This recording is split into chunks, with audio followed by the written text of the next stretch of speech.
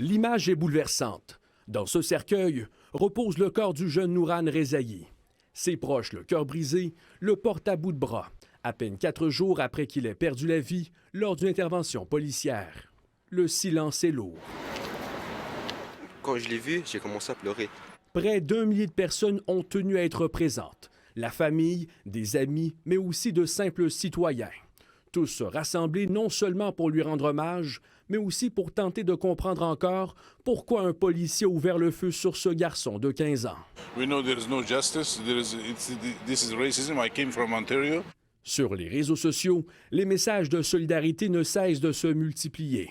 Ici, par exemple, une internaute fait revivre les mots de Nouran, des mots écrits alors qu'il n'était encore qu'un enfant. « Ma passion est de jouer au basketball, lit-on. Ce qui fait de moi une personne inoubliable, c'est que j'étais toujours là pour mes amis quand ils avaient des problèmes ou quand ils étaient de mauvaise humeur.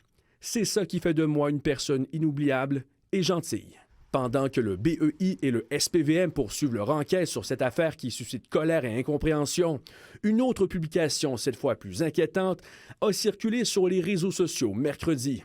On y voit la photo d'un policier accompagné d'un appel à la partager massivement. L'auteur de ce message affirme à tort qu'il s'agit de l'agent impliqué dans la mort de Nouran Rezaï. Le SPAL a arrêté hier un adolescent de 15 ans en lien avec cette publication.